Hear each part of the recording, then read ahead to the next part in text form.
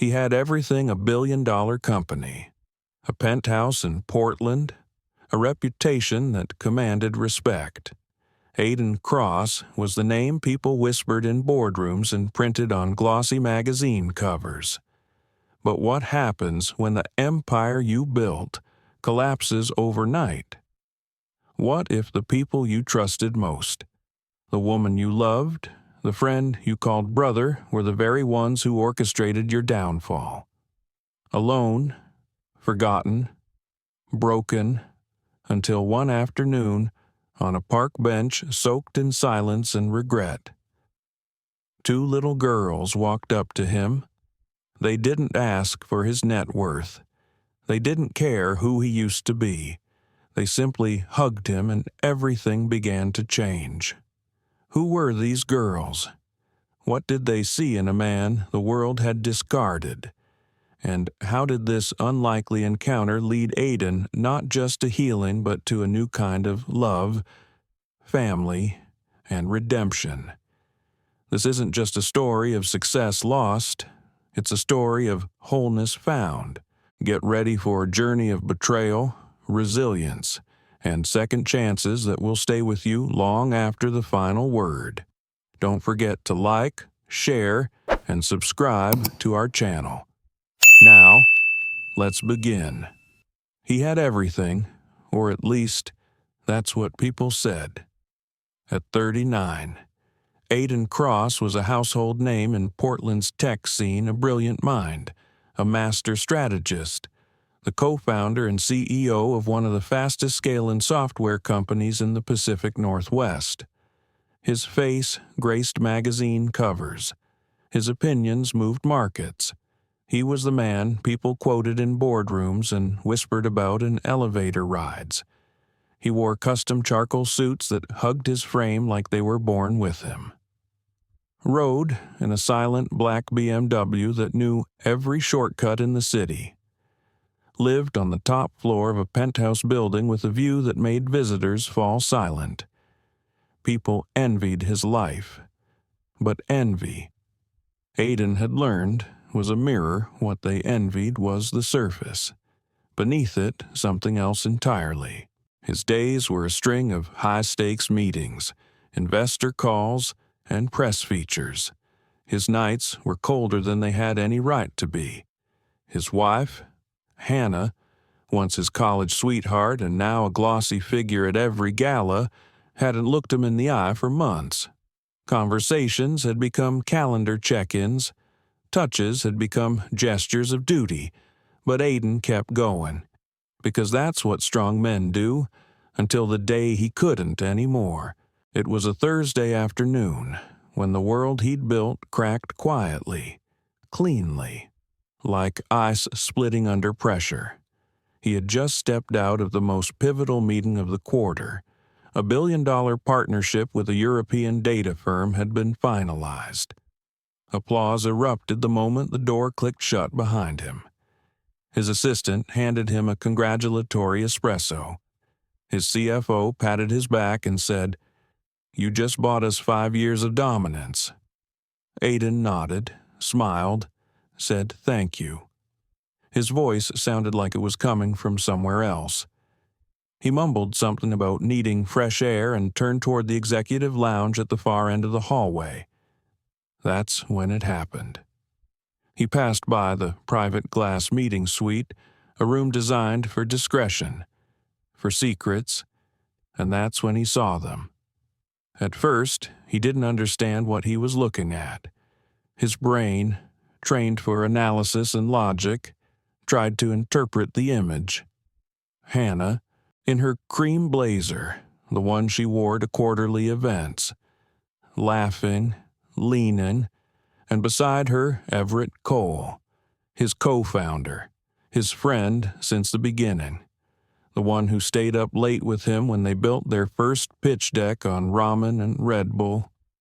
Everett's hand was resting gently, deliberately, on the small of Hannah's back. Then she kissed him. Not a mistake, not a confused peck, a kiss that told a story. For a moment, the world didn't explode. It paused. The air between Aidan's lungs froze.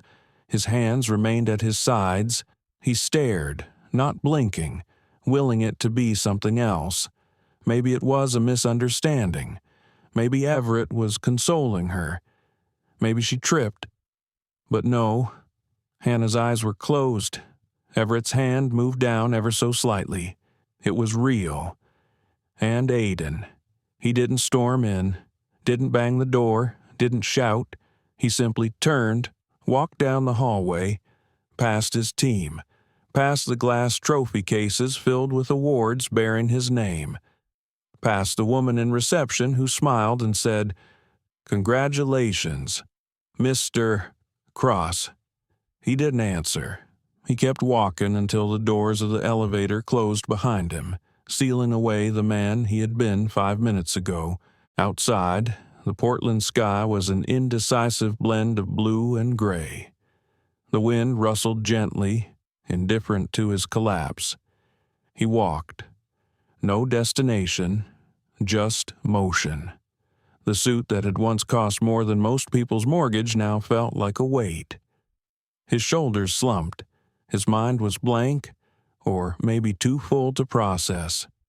Eventually, he reached a narrow side plaza bordered by low concrete benches and young trees wrapped in string lights. He sat. It wasn't exhaustion. It was surrender. No phone, no plans, no thoughts, just a man whose foundation had silently given out from underneath him. No one noticed him there, just another tired executive in a city full of them. But for the first time in Aidan Cross's adult life, he didn't care who saw him break. The wind brushed through the plaza like a whisper trying to be heard.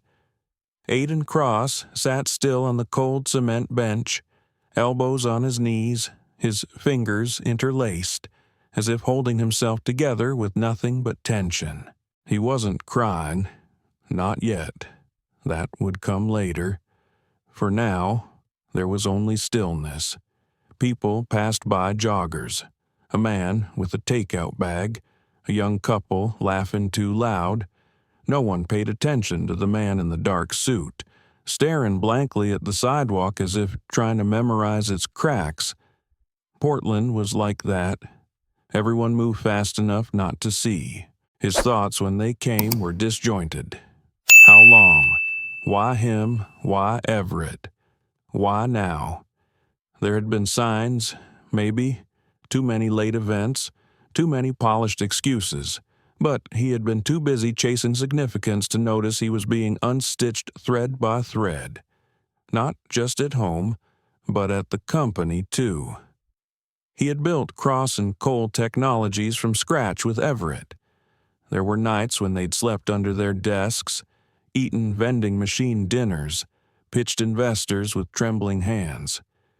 Aidan had trusted him the way you trust gravity. Without question. That kiss wasn't a one-time mistake. It was history. And it had been building without him even seeing it. He gripped his hands tighter. Something hollow rang in his chest. Not rage, not even heartbreak. Something worse. Emptiness. The sky darkened slightly as clouds began to roll in. Somewhere nearby, a child squealed at a pigeon. A car alarm chirped, then stopped. Life moved on. But Aidan stayed seated. And in that moment, he realized something that frightened him more than betrayal. He didn't know who he was without the company, without the title, without Hannah. Who was he if he wasn't CEO? Who was he if he wasn't married? Who was he if he wasn't winning? He had always been defined by direction, by forward motion, by what came next. For the first time in decades, there was no next, just now. And now was unbearable. He leaned back against the cold concrete and looked up. Gray branches cut across the pale sky like veins. The edges of buildings loomed on all sides, tall and polished monuments to a life he had mastered, but never truly lived. A gust of wind swept past, and his eyes stung. He blinked, unsure if it was from the wind or something deeper. Still no tears, only that terrible silence inside him, a kind of silence that didn't just muffle sound, it erased meaning. He wondered if anyone in that skyscraper even noticed he had disappeared. Did anyone care? Did he care? The minutes passed, or maybe it was hours. Time had lost its shape. He reached for his phone once out of habit, then stopped. Let it sit in his pocket, buzzing faintly against his thigh as messages came in. He didn't look. He didn't want to be found. For a second, he imagined walking into traffic, not to end anything, but just to feel something, to wake up from the numbness. Then, just as quickly, he rejected the thought, not out of fear, out of fatigue. He didn't want drama, didn't want tragedy. He just wanted quiet. And that's when it happened. A small scuffle of shoes on pavement, a pause, a whisper. He didn't look up right away. He assumed it was just another passerby. But then a voice came soft, tentative, and completely unexpected. "Are you okay, mister?" The voice was light, high-pitched, childlike, curious, not fearful. Aidan turned his head slowly. Standing in front of him were two girls, no older than 7, identical. Both had soft brown curls tied in uneven ponytails, denim jackets that looked a little too big, and sneakers that lit up with blinking stars every time they moved.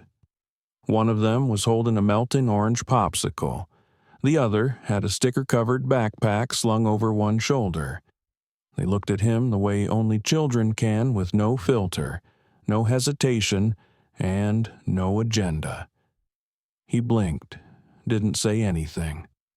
The girl with the popsicle stepped closer. "You look really, really sad." There was no mockery, no pity, just observation. Aidan felt his throat tighten. He wanted to say, "I'm fine." He wanted to say, "Go back to your mom." He wanted to say anything, but his voice betrayed him. Nothing came out, just the truth in their words, sitting heavy in his chest. Then the other girl, the one with the backpack, tilted her head and whispered something to her sister. They both nodded, and then she asked, almost shyly, "Can we hug you?" Aidan's breath caught. A hug. It was absurd, random, inappropriate, even. And yet, in that exact moment, it was everything he needed. He gave the slightest nod. They stepped forward, arms out like tiny wings, and wrapped around him, one on each side. Their fingers touched his sleeves. Their heads rested lightly against his chest. And something broke. Not with noise, not with anger, but with relief, like a dam, quietly surrendering to the weight behind it. Tears came, slowly at first, then steadily. He didn't sob, he didn't gasp, he simply cried. For the first time since childhood, for all the wrongs he hadn't processed, for the years of pressure, for the betrayal, and for the fact that two strangers no taller than his waist had given him more comfort than anyone in his world ever had. When they let go, the girl with the popsicle smiled up at him. "Our mom says hugs fix bad days, and sometimes they fix bad people too." The other added, "Kindness is free, and it's forgiving, even when nobody asks." Aidan managed a whisper. "Thank you." They didn't wait for a reply. They simply turned and skipped away, sneakers flashing, giggling to each other like the world hadn't just shifted for the man on the bench. He watched them go until they disappeared into the afternoon crowd, and then he sat back, same bench, same city, but somehow not the same man. That night, Aidan Cross didn't return to the office. He didn't go home either. He wandered through rain-dampened sidewalks, past restaurants he used to frequent with investors, past bars filled with laughter that no longer meant anything to him. His phone rang 3 times twice from his assistant, once from a number he recognized but didn't answer. He ignored all of them. He just kept walking until his feet hurt. Eventually, he found himself standing outside a small corner cafe that had long since closed for the night. He leaned against the brick wall, watching droplets chase each other down the window. But his mind was far away from contracts and betrayal. It was back in that moment on the bench. Zoe, Isla, he didn't even know their names then. Just 2 small strangers who had seen something in him no one else did, who didn't hesitate, who didn't ask anything in return. He kept hearing it. Kindness is forgiving, even when nobody asks. Aidan had been a man of deals, of metrics, of value for value. Everything in his life had a purpose, a return, a justification. But this had no equation. 2 tiny arms, looping around his back, asking nothing, offering everything. He felt a shiver crawl down his spine, not from cold, but from the realization no one in his entire world had done something like that in years. The next morning, his alarm didn't wake him. He hadn't set one. He opened his eyes in a hotel room he barely remembered checking into. His suit jacket lay crumpled on the floor. His phone had 17 missed calls, 12 texts, and a flood of unread emails. He ignored them all. The only thing on his mind, find them. He didn't know how. He didn't know why. But something inside him, the part that wasn't dead yet refused to let the moment go. He returned to the same plaza, Hawthorne Green, same bench, same hour of the afternoon. The air was a little warmer, the light a little softer, but the bench was empty. He waited and waited.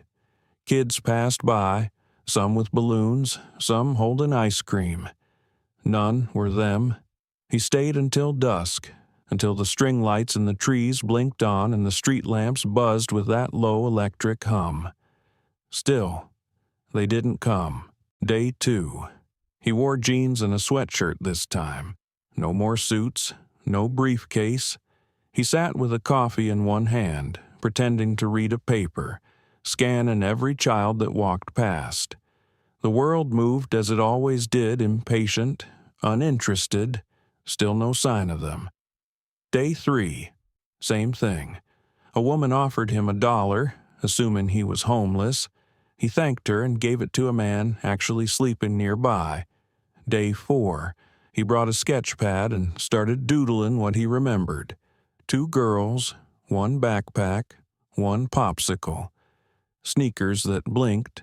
The sketch was crude, but honest, and it kept him company in the quiet. By the 5th day, he knew he had to dig deeper. That kind of hug didn't just come out of nowhere. Those girls didn't learn that kindness from thin air. Someone had raised them right, and maybe, just maybe, that someone could help him understand what the hell was happening inside him. He made a call, not to a publicist, not to his assistant, but to a security contact he trusted quiet, discreet, and owed him a favor. "I need footage," Aidan said. "Of what?" "Of the plaza. 4 days ago, mid-afternoon, just outside the Crosstech building." Hours later, Aidan sat in a small security room with grainy footage rolling on loop. He saw himself slumped, motionless. Then, like magic, they appeared. 2 small girls skipping from the edge of the screen. Yellow jackets, blinking shoes. There, that moment, the hug. He leaned forward, breath held. After the hug, they walked off, not toward the main road, but to a quieter corner near the alley, then down a side street that led to a residential area he barely knew existed. That was it. That was the thread. The next morning, Aidan went to the neighborhood. He wandered its small tree-lined streets, past run-down fences, gardens full of dandelions, chalk drawings on driveways. He didn't fit there, not in his clean shoes, not with the silence clinging to him. But he stayed. Sat on a bench near the corner park, listened, and finally, on the 6th day he heard it. The shuffle of light-up sneakers against concrete, the sound of laughter he hadn't realized he remembered so well. He looked up. There they were. One of them was licking a bright red popsicle. The other was twirling her backpack. They didn't notice him at first, and walking beside them was a woman, not dressed for the office, not wearing jewelry, just a simple gray shirt, a long cotton skirt, and sandals. Hair pulled back, a canvas tote bag on her shoulder, a paperback novel tucked under her arm. She wasn't glamorous, but there was something about the way she walked, grounded, calm, present. Aidan stood. He didn't know what he'd say, what he'd ask, but he had to try. He stepped forward. "Excuse me," he said, voice softer than usual. The woman turned. The girls looked up. "I think your daughters hugged me the other day." There was a pause, a long, delicate pause, the kind that hovers between strangers when the world briefly forgets how to spin. Aidan Cross stood there, awkwardly. The woman, Elena Harper, though he didn't know her name yet, studied him with calm curiosity. Not fear, not suspicion, just a measured stillness, like someone used to unexpected moments.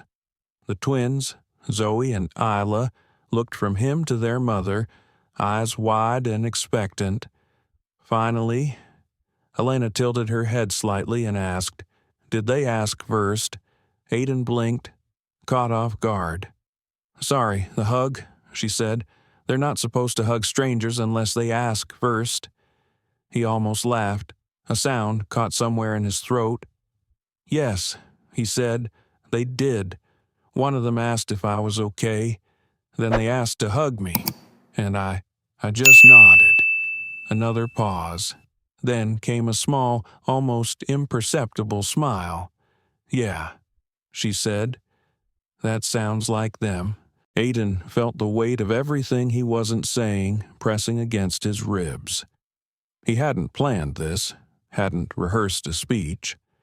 All he knew was that something inside him had cracked open 6 days ago. And these girls, this woman, had walked right through the fault line. "I was having a really hard day," he said, carefully. "They didn't know me, but they saw me, and they did something I didn't know I needed." Elena looked down at her daughters, who were now balancing on the edge of a low planter nearby, arms out like tightrope walkers. She didn't reply immediately, just watched them, and then, softly, she said, "I teach them that people don't always ask for help when they need it, and that kindness doesn't have to wait for permission." That stopped Aidan cold. He nodded slowly, swallowing hard. "I'm Aidan," he said at last. "Elena." She replied. No last name, no flourish, just the truth. They stood there for a moment longer, the kind of moment that doesn't ask for anything more than quiet presence. Then Zoe hopped down from the planter and called. "Hey," benchman Isla echoed. "It's him I told you." Aidan blinked. "Benchman," Zoe grinned. "That's what we call you." The sad man on the bench. Isla nodded solemnly, but not sad anymore. Right, Aidan looked at them, these tiny humans who had unknowingly pulled him back from the brink, and said with the faintest smile, Not today. The conversation didn't go further that day. Elena said they were heading to the grocery store. She didn't invite him to join, and he didn't ask. But something passed between them before they parted. Not attraction, not obligation, just recognition. The next afternoon, he returned to Hawthorne Green, not out of habit, out of need, and they were there again. The girls waved like he was an old friend. Elena gave a small nod of acknowledgement. Aidan didn't push, he didn't hover, he just sat on a nearby bench, close enough to hear their laughter, far enough to respect space. The day after that, he brought coffee, 2 cups, one for himself, one he didn't expect her to take, but she did. "Thanks," she said. "Hazelnut lucky guess." He replied. They didn't talk much that day, just watched the kids climb monkey bars and chase pigeons. It was the most peace Aidan had felt in weeks. Over the next few visits, the rhythm formed naturally. He learned the girls' names. He learned that Asla liked animals and Zoe wanted to be a space dancer, whatever that was. He learned that Elena worked 2 jobs, substitute teacher during the day, bookstore clerk in the evenings. She never talked about her late husband directly, but small details surfaced: a photo on her phone, a memory triggered by a child's joke, a passing mention of Danny used to do that too. Aidan didn't pry, and somehow that made her open up more. One day, Zoe scraped her knee on the slide. Elena knelt down, cleaned the cut with practiced calm, and whispered something to her daughter. Zoe sniffled once, then smiled, then went running back to play. Aidan sat beside her in silence. "Is that a mom superpower?" he asked gently. Elena didn't look up. "No," she said, "it's just consistency." He turned that word over in his mind. Consistency. He'd had none of it growing up, and he'd replaced it in adulthood with control meetings, metrics, order. But these girls, they didn't need control. They needed to know someone would still be there even if they fell, even if they bled, even if they failed. That evening, Aidan returned to his apartment. He stood in his marble kitchen surrounded by stainless steel appliances and untouched wine glasses. He opened the fridge, stared blankly at the imported cheese and bottled water. Then he closed it. He didn't want any of it, not tonight, not anymore. The next morning, instead of checking stock reports or board memos, he found himself reading about nonprofit structures, about how to apply for local community grants, about how to fund programs that helped single mothers balance childcare and work. He didn't know what he was building yet, but he knew what it had started with a hug, and 2 little girls who didn't wait for permission to be kind. Aidan Cross had been around powerful women his entire adult life, board members who spoke in clipped tones, PR directors in heels that clicked like metronomes down glass halls, high-powered consultants with degrees from schools he had only learned to pronounce in his 30s. He respected them, admired them.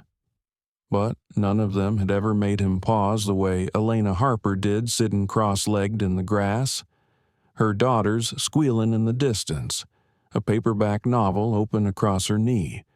She wasn't loud, she wasn't commanding, but somehow she made everything around her feel a little softer, a little more real. Aidan came back to the park every afternoon that week. He didn't mean to, at least not at first, but each day he found himself pulled toward the same worn bench at Hawthorne Green, like some part of him remembered where it was finally safe to sit. Elena was usually already there or would arrive minutes later.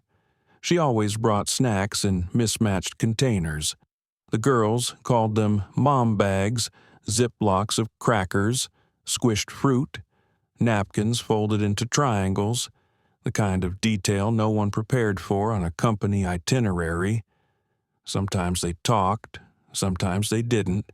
Sometimes they just watched Zoe and Isla pretend the monkey bars were pirate ships and park benches were castles. And every now and then, Elena would say something low, simple, true, that cut through the noise in Aidan's head like a clean line through fog. One afternoon, as the sun filtered through the trees and made everything shimmer with a sleepy glow, Aidan found the courage to ask, "Do you always read here?" Elena looked up from her book, a smile twitching at the corners of her mouth. "When I can," she said. "It's the one place I can finish 3 pages before someone needs a Band-Aid or a bathroom run." He chuckled, nodding toward the girls. "They're kind of amazing." She glanced at them, then back at him. "They are. I wish their dad could have seen who they're becoming." Aidan paused, unsure how to respond. She didn't speak like someone chasing sympathy. Her tone wasn't broken. It was steady, honest. "Elena," he said gently. "If I'm crossing a line, you're not," she said, interrupting kindly. "You're just listening." That stayed with him for days. He hadn't realized how long it had been since someone told him that listening was enough. In his world, listening was a prelude to response, a tactic, a step toward persuasion. But here it was the destination. Later that week, while the girls played tag near the swings, Aidan sat beside Elena and asked the question that had been hovering quietly for days. "How do you stay so grounded?" She didn't look at him, just watched her daughters. "Because I don't have time, not to be." That answer surprised him. She continued, "When Danny died, I could have unraveled. I wanted to. Some nights. I still do. But 2 kids don't care about existential breakdowns. They need dinner. They need socks. They need someone to show up." Aidan stared ahead, swallowing the lump in his throat. "Some days, I feel like I'm holding it together with rubber bands and leftover prayers," she added with a dry laugh. "But most days I'm just doing the next thing, and then the next." He nodded slowly. "You make it look easier than that." Elena turned, meeting his eyes. "It's not," she said, "but it's worth it." The way she said those 3 words, "but it's worth it," cut deeper than any investor pitch or shareholder promise he'd ever heard. And, for the first time, Aidan wondered, had his life ever been worth it, or had it just been profitable? Over the next few days, he let himself ask quieter questions. Questions he used to drown beneath productivity and performance. What does peace feel like? Can success mean something different now? Do I even know what I want anymore at night? He'd go home to his penthouse, change out of soft jeans back into sharp silence. The windows offered skyline views, but none of it reached him. The wine glasses stayed clean. The dining table remained untouched. Only one thing had changed. He no longer checked his phone first thing in the morning. He didn't want to know what the board was saying, what Everett was planning, or if Hannah had posted some cryptic quote online to frame herself as the betrayed instead of the betrayer. They didn't matter anymore. Not in the way Zoe's giggles did. Not in the way Elena packed lunches with quiet hands and unspoken prayers. One afternoon, Isla fell while running through the grass and burst into tears. Aidan instinctively rushed over. Elena was there before him, crouching beside her daughter, checking her elbow. "It's okay," she said softly. "You're okay." Aidan held back, watching her work. She pulled out a tissue, dabbed the dirt, kissed the wound. Isla's tears stopped almost immediately. Aidan knelt beside them. "She all right, she will be," Elena replied. Then she turned to Isla. "Want to show Mr. Aidan your super tough scar?" Isla nodded solemnly and held up her elbow. He smiled. "That's a warrior scar," the little girl giggled. "You have any?" Aidan thought for a moment. Then he tapped his chest gently. "Right here," he said. Isla blinked. "You can't see that one." "I know," he whispered, "but it's there." They sat together longer that day, the girls eventually drifting off to play again. Aidan leaned back on the grass, hands behind his head, and Elena, watching him out of the corner of her eye, said quietly, "You look less heavy." He exhaled. "I think something's shifting. You." He turned his head, met her gaze. "Maybe, or maybe I'm just starting to let go of things that don't deserve to be held anymore." She nodded, brushing a leaf from her skirt. "That's how it begins." Aidan Cross had always moved fast. That was his nature. The calendar dictated the rhythm of his life meetings, briefings, board reviews, red-eye flights, one moment to the next, never still, never silent. But now he was beginning to understand the value of quiet, of slow, of letting the world shrink down to the sound of Zoe and Isla's laughter as they argued over who would get the red swing first. He showed up at Hawthorne Green almost every afternoon now, not because it was scheduled, not because he was trying to be anywhere, but because something in him had stopped running. Sometimes he sat on the bench. Other days, he brought chalk and drew simple hopscotch outlines on the concrete, which the girls immediately turned into dragons and roller coasters. Occasionally, Elena Harper would bring an extra sandwich, never offered directly, just left it beside him with a casual, "Wasn't sure if you'd eaten." He always had, but he ate hers anyway. Their conversations remained simple, and yet, in their simplicity, they became deeper than any merger contract or investor dinner Aidan had ever experienced. They talked about bedtime routines, favorite snacks, the tiny victories of parenting and surviving. She told him how her daughter Isla once insisted that worms were baby dragons who lost their wings. He told her that, as a kid. He once pretended his school bus was a spaceship because his house was too quiet to imagine anything else. She smiled, not with pity, but understanding. Then one afternoon, after the girls had chased each other breathless and sprawled on the blanket in the grass, Elena asked him a question, not in the usual soft, sidelong way, but directly. "Are you still angry?" Aidan looked up from where he'd been peeling an orange. "About what Hannah, Everett, what they did." He was quiet for a long time. Finally, he said, "I thought I was, at first," and now he met her eyes. "I think I'm just tired." Elena didn't press. She nodded, leaned back on one elbow, and said, "Tired is a sign that something needs to change." He stared at her, and in that moment, he realized she didn't need him to be strong. She didn't need his titles, his net worth, or his LinkedIn accolades. She just needed him to be honest. And something about that, about being allowed to exist without performance, was quietly, profoundly healing. That evening, Aidan walked with them to their building.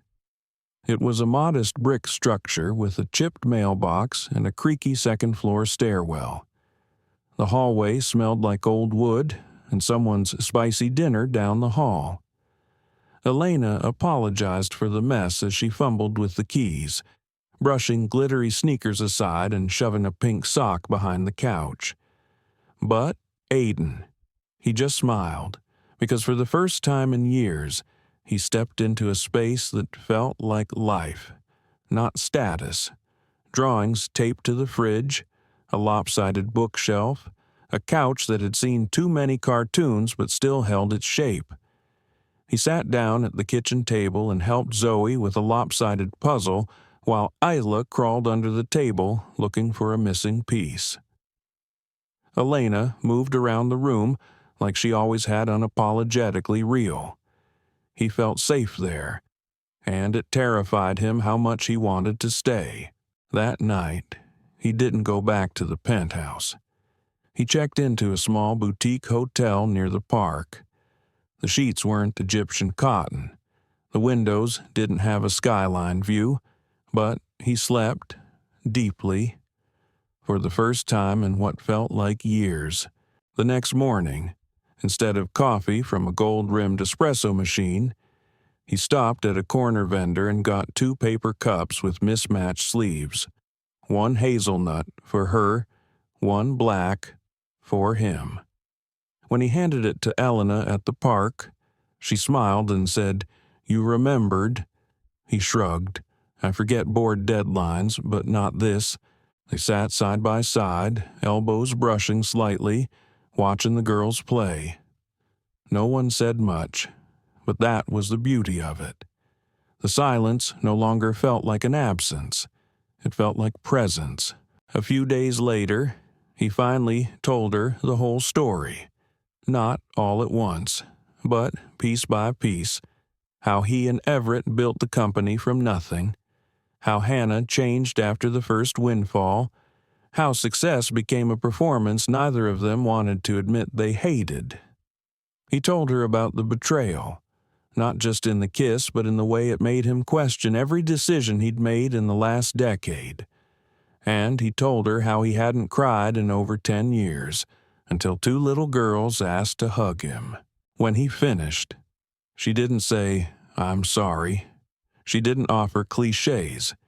She just said that must have been heavy to carry alone. He nodded, and something inside him unclenched. That night, lying awake in his hotel room, Aidan stared at the ceiling fan spinning slow circles above him. He thought of his old life full of deadlines, pressure, artificial loyalty. Then he thought of Zoe's crooked smile, of Isla trying to braid his hair with chubby fingers, of Elena's quiet strength, of the moment she handed him a cup of hazelnut coffee and didn't ask what it cost. He closed his eyes and made a decision. Tomorrow, he would return to that world one last time, not to reclaim it, but to finally let it go. The morning air in downtown Portland had that faint chill Aidan used to love, the kind that hinted at ambition and control. He had always welcomed days like this: crisp air, sharp mind, big moves, but today everything felt different.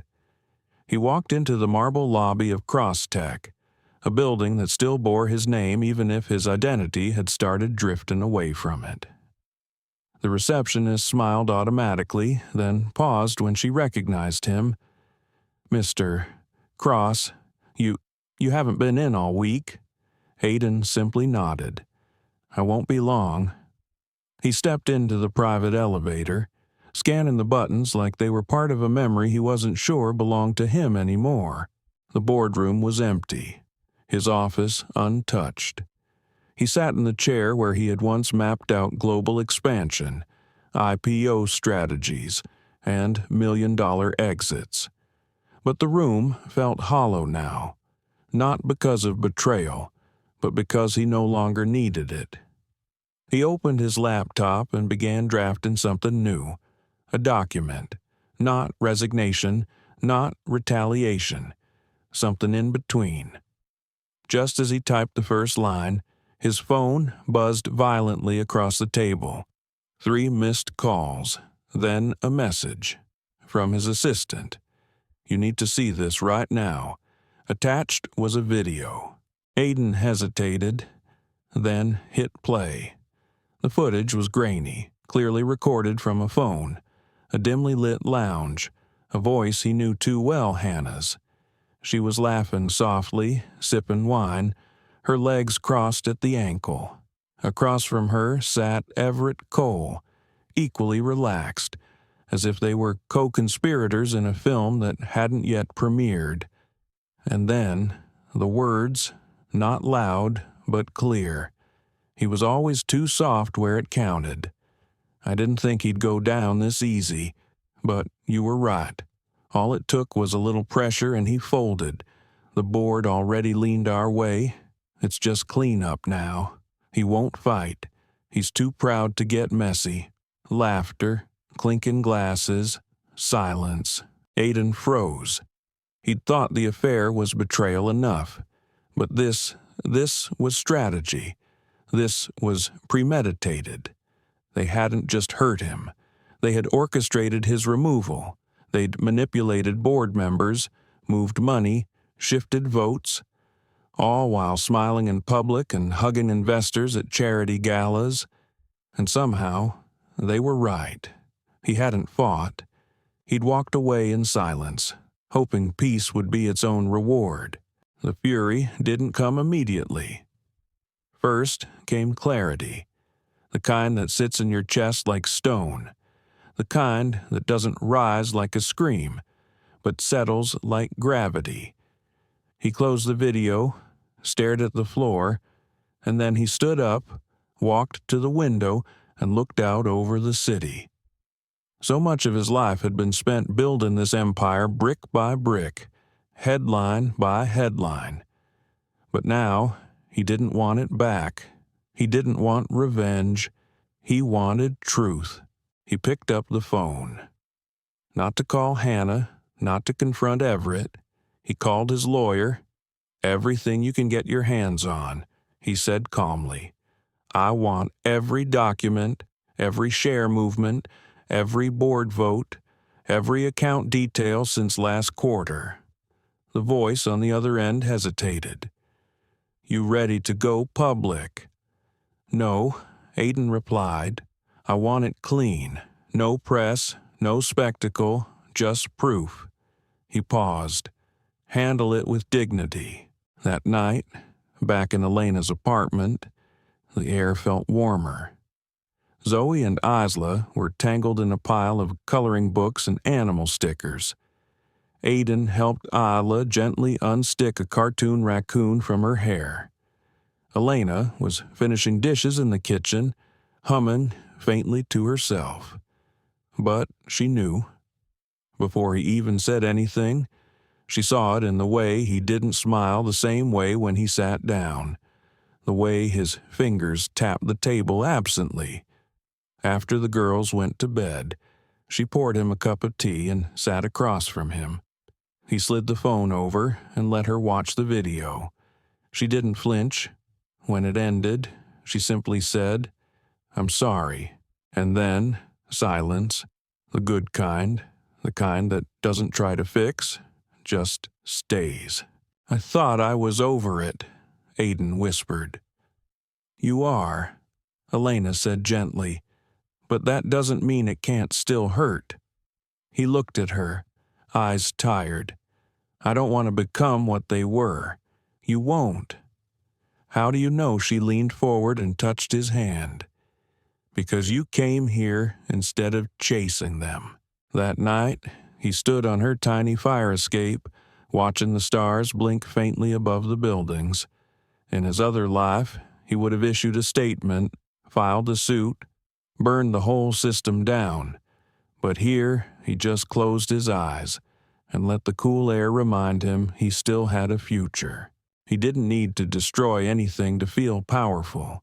He just had to protect what mattered now. Aidan Cross didn't go back to Crosstech after that night. He didn't need to. His lawyers were moving behind the scenes collecting every document, every vote Everett had manipulated, every whisper Hannah had leveraged into influence. The plan wasn't vengeance. It was something deeper. Closure. And while the machinery of truth worked quietly in the background, Aidan focused on something louder in his heart. Building again. Not buildings, not products, not code or IPO pipelines. He started with a notebook. At a small cafe table 3 blocks from Hawthorne Green, pen in hand, coffee growing cold. Aidan began scribbling ideas. The title on top of the page was simple, The Haven Light Project. He didn't want a charity that only smiled for the camera. He wanted something real, something that offered more than short-term relief. Elena found him that afternoon on his usual bench, notebook in hand. She raised an eyebrow. Homework. Something like that, he said, scooting over. She sat down, reading the title over his shoulder. Haven Light. Aidan nodded. The girls, they were my light. That hug. It pulled me back from someplace dark. I want to pass that on. Multiply it. Her smile was quiet, but full. He didn't need praise from her, but the fact that she didn't scoff, didn't ask how he'd fund it, didn't question his motives, that meant more than any endorsement. In the weeks that followed, Aidan disappeared from the public eye, but not from life. He registered the Haven Light Project as a nonprofit. He poured a significant portion of his buyout package into it. He met with single mothers at community centers, listened to stories, took notes, not as a savior, as a student. Elena connected him to a local shelter director who'd lost grant funding. Aidan funded a new wing anonymously. He hired a lawyer to help women navigate family court. He set up childcare stipends for those working overnight jobs. He didn't speak at galas, didn't pose for magazine spreads. This time, he wasn't building for validation. He was building because he could, because something inside him had shifted, because kindness had found him when he didn't ask for it, and now it was his turn to give it freely. Zoe and Isla still called him Benchman sometimes. But now it was followed by giggles and a race to climb his back like a jungle gym. They accepted his presence without question, without ceremony. It was as if, in their childlike wisdom, they knew he was part of the family now. Not a visitor, not a guest, a fixture. One Thursday evening, after they'd walked home from the farmer's market with paper bags full of apples and cheap sunflowers, Isla slipped her small hand into his, just like that. Without a word, he looked down. She didn't look back up, just kept walking. A minute later, Zoe did the same on his other side. They walked the rest of the way like that, a quiet chain, his hands in theirs, a family being born in real time. When they reached the stoop of their apartment, Elena's eyes met his. She didn't say a word. She didn't need to. That night, after the girls were asleep, he stayed behind. Elena brewed tea, and they sat on the couch that sagged a little in the middle. Aidan stared at the steam rising from his mug. "I'm not who I was," he said, voice low, "and I don't want to be. But sometimes I wonder if I'm just trying to become someone else to prove I'm not broken." Elena shook her head gently. "You're not broken," she whispered. "You were just misaligned." He looked at her, really looked. Her hair was pulled back in a loose bun. There was a smudge of marker on her shirt. Her eyes were tired but present. She looked like the most complete person he had ever known. He reached out then, not in desperation, but in gratitude. Not with words, but with a simple touch. Their hands found each other, fingers lacing together like puzzle pieces that had taken years to fit, and neither of them said a word, because some moments didn't need sound. Over the next several weeks, their lives began to braid. Aidan fixed the leaky sink in the kitchen. Elena taught him how to shop on a tight grocery budget and still make meals that felt like home. He picked the girls up from school when her bookstore shifts ran late. They attended the school's fall fair together, where Aidan awkwardly ran the cupcake booth in a borrowed apron that said Super Dad in glitter glue.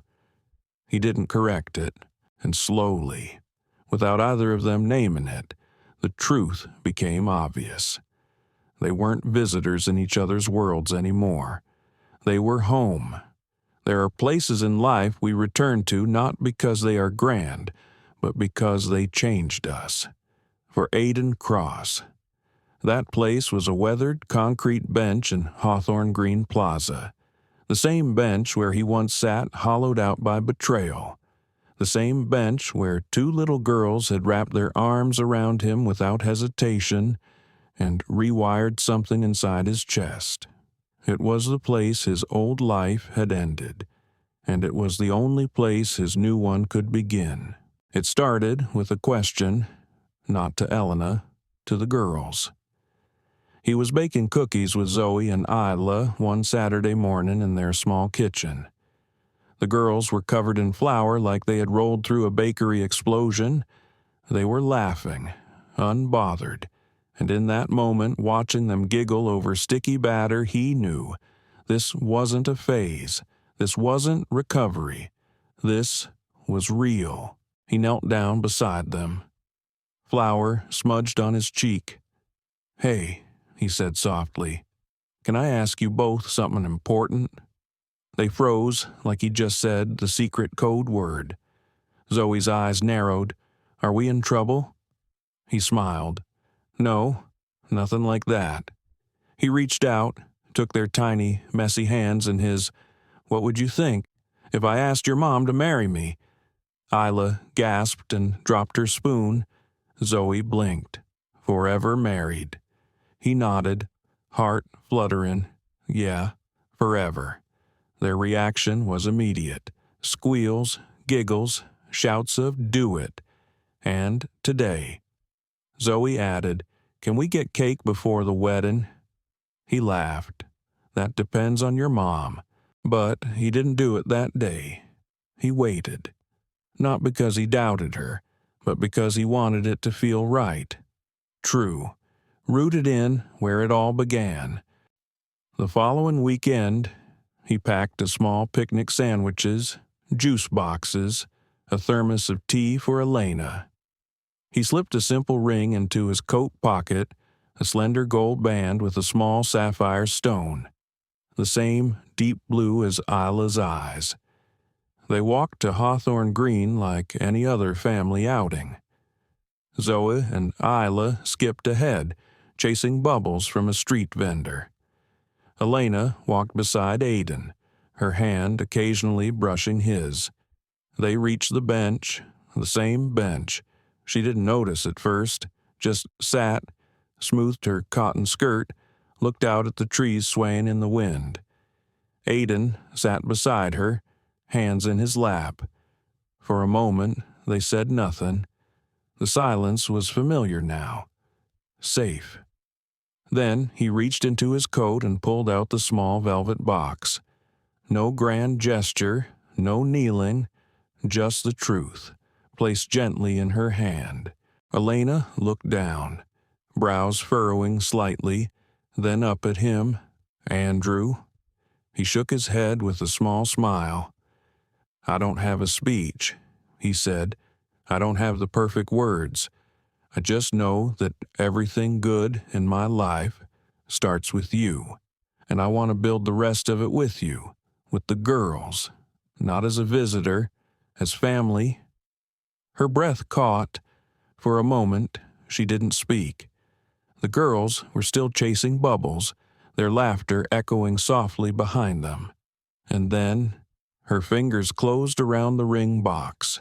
She opened it slowly, saw the sapphire, saw him. Tears welled, not the kind born of drama, but the kind that surface when something broken begins to feel whole again. She nodded. One word, whispered, "Yes."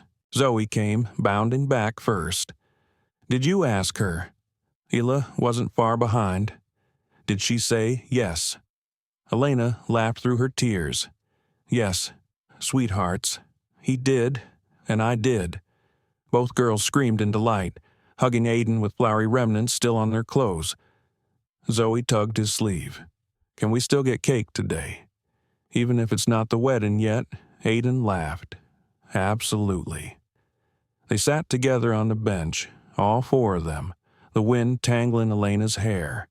Isla nestled against his side, Zoe bouncing on the balls of her feet. The city moved around them, unaware that something extraordinary had just happened. There was no applause, no headlines, no orchestra.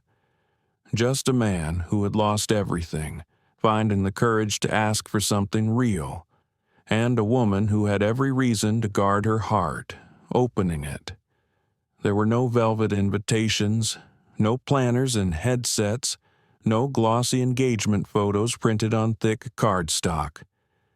When Aidan Cross and Elena Harper decided to get married, they did it the same way they had built everything between them, quietly, honestly, together. The wedding was held in the small backyard of the modest brick house Aidan had recently bought just outside Portland.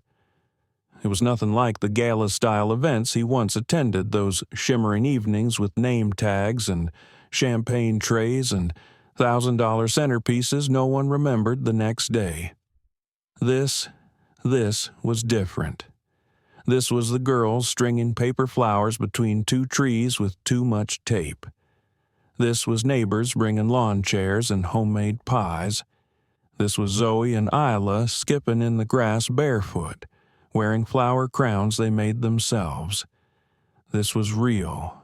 They held the ceremony on a Sunday afternoon. Under a canopy of string lights, Aidan and the girls had spent an entire weekend untangling. The backyard smelled of fresh-cut grass and vanilla from the cupcakes cooling on the windowsill. The weather didn't need to be perfect, but it was. A soft breeze, sunlight filtering through the trees. One of those rare days when the sky feels like it's rooting for you.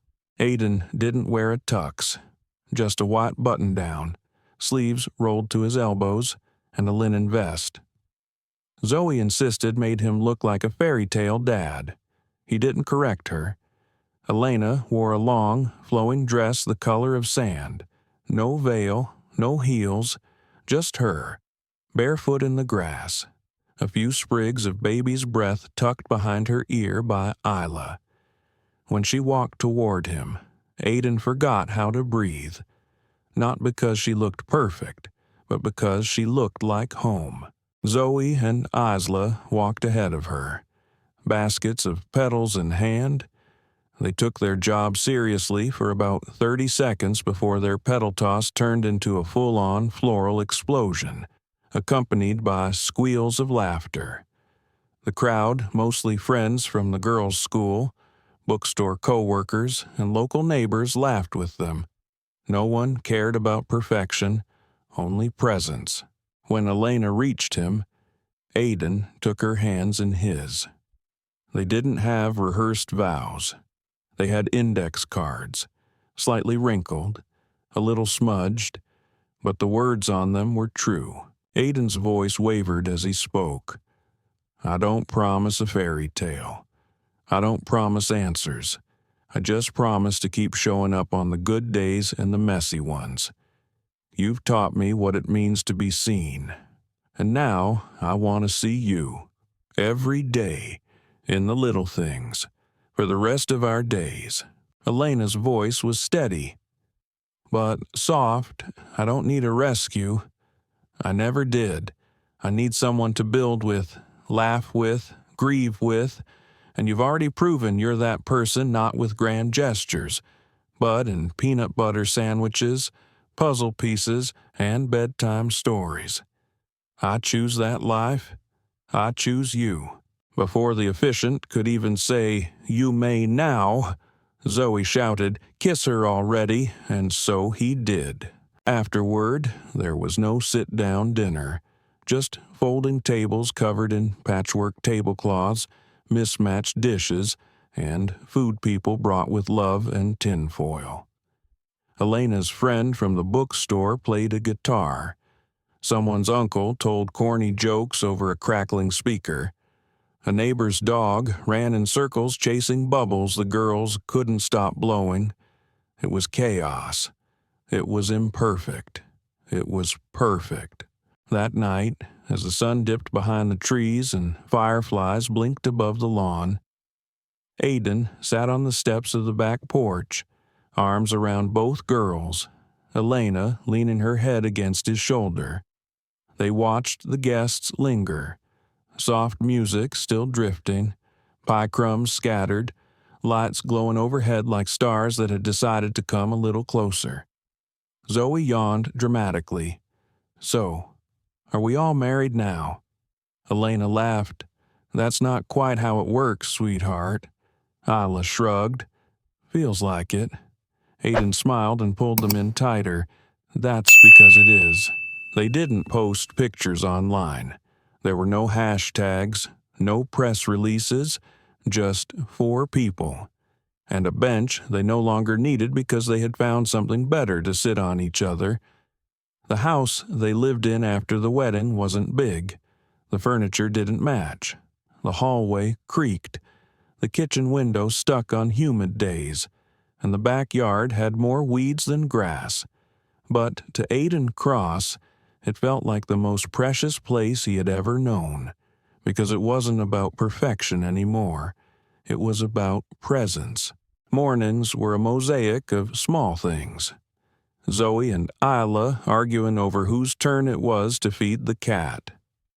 Elena humming softly while flipping pancakes. Aidan packing school lunches with too much peanut butter and not enough symmetry. No one called him Mr. Cross anymore. He was Dad now. Sometimes whispered, sometimes shouted, sometimes sleepily mumbled with a blanket half over a face. He never corrected it. He wore it like a second skin. Elena had gone back to teaching full-time. She thrived in a classroom, her voice calm, her explanations clear, her compassion always the first thing through the door. Aidan, true to his word, focused on the Haven Light Project. He wasn't a CEO in the traditional sense now, but his instincts still served him well. He structured programs for working single mothers. He created local partnerships that offered everything from job training to free counseling. He made sure every family had someone to sit beside them when things got hard, just like Zoe and Isla had once done for him. What surprised him most wasn't how fulfilling it was. It was how ordinary the joy felt. He still had bad days. Days when he woke from dreams about boardrooms and betrayal. Days when he missed the simplicity of being someone important in the eyes of the world. But then he'd walk into the kitchen and find Isla making toast in a way that made more crumbs than breakfast, or Zoe trying to brush the cat's tail like it was a pony. And all of it, the noise, the mess, the motion, it reminded him he had traded applause for something much better, belonging. One rainy evening, the 4 of them gathered around the coffee table with a half-built puzzle and mugs of cocoa. Elena leaned into his shoulder, and he rested his chin lightly against her hair. Zoe was sorting edge pieces. Isla was upside down, her feet on the couch back, trying to find sky pieces from the box lid. "I don't think this piece exists," Zoe said dramatically, holding up a jagged corner. "It does," Aidan said. "Sometimes the best pieces are the ones we think are missing." Isla looked up. "Is that a dad metaphor?" He laughed. "Maybe." The house filled with that soft music of contentment, quiet laughter, gentle teasing, the comfort of people who no longer needed to prove anything to one another. Later that night, as the girls slept, Aidan stepped out onto the front porch. The rain had stopped. The sidewalk glistened, the street lamps hummed. Somewhere nearby, someone was playing an old jazz record too loud through an open window, and Aidan felt still. Not the stillness of silence, the stillness of center. He remembered something Elena once said on the bench months ago. "You're not broken. You were just misaligned." She had been right. All those years of striving had been Aidan trying to outrun the emptiness. Now he was full, not because everything was perfect, but because everything was true. The next day, he sat on the porch steps with a toolbox and a wobbly dining chair. Zoe plopped beside him with a juice box. "What are you doing, fixing?" "Why? Because we need it." She watched him for a beat, then said, "You fix people too?" He stopped turning the screwdriver. Zoe nodded seriously, but not with tools, with showing up. Aidan didn't answer right away. Then he said, "You know, that's exactly what you and your sister did for me." Zoe beamed. Isla's voice called from inside. "Dad, the cat's eaten my shoelaces." He stood. Zoe handed him the screwdriver like it was a sword. "Go, hero," she said. And he did, because home wasn't a place anymore. It was them. It was ordinary. It was magic. It had been nearly a year, a full circle of seasons since the day Aidan Cross found himself sitting alone on that cold, worn bench in Hawthorne Green Plaza, unraveling from the inside out. But today, that bench wasn't empty. Today, it was filled with elbows bumping, paper coffee cups, and two little girls swinging their legs while trying not to spill sprinkles from their ice cream cones. They'd come back by accident. It started as a casual Sunday walk after brunch, the kind that turned into a stroll through the city's older streets, full of stories and uneven bricks. The girls spotted a balloon vendor. Elena paused to admire a mural. "And then there it is," Aidan said softly, stopping mid-step. "The bench. That bench." Zoe looked up. "Is that where you were sad?" He smiled. "Yeah, that's the one." They walked over. He sat first. Elena settled beside him. Then Isla. Then Zoe, climbing in as though the bench had been waiting for them. It was the exact spot where the old version of him had cracked, where grief and betrayal had finally seeped through his well-tailored armor. But now it was a place of completion. A street musician nearby strummed a tune that drifted lazily on the breeze. The sounds of the city horns, laughter, the rhythm of living felt softer somehow, as if honoring this quiet reunion. Aidan glanced at the trees that shaded the bench. He remembered how brittle they looked that winter day, their branches skeletal and bare. But now they were full of green, wild with life. Zoe handed him her half-eaten cone. "I can't finish it. Too much cherry." He took it without hesitation, licking the side before it melted down his hand. Isla leaned against his arm. "You're different now." He looked down at her. "How so?" "You smile more." Elena chuckled. "She's right." Aidan nodded, his throat thick. "It's easier to smile when you know you're not alone." They sat there for a long time. People came and went. Some passed by without noticing. Some smiled at the sight a man in jeans and a flannel, two giggling girls, and a woman with her hand tucked gently into his. To most, they looked like any other family, but only they knew what it had taken to get here. The betrayals, the losses, the unraveling, and then the rebuilding, the healing, the unexpected love. Elena turned to him, voice gentle. "Do you miss any of it?" The company, he asked. The old life. He thought for a long moment. Sometimes, the clarity of it, the chase, but mostly I just miss who I thought I was supposed to be. And now I'm who I'm meant to be." A gust of wind lifted the corner of Isla's napkin and sent it fluttering across the plaza. She squealed and chased it down. Zoe on her heels. They twirled like dandelions in the breeze, laughing until they collapsed onto the grass. Aidan leaned back against the bench. Elena rested her head on his shoulder. The sun filtered through the leaves, casting shifting light across their laps, and in that moment, Aidan realized something. He had lost everything he thought he needed, to find everything he actually did.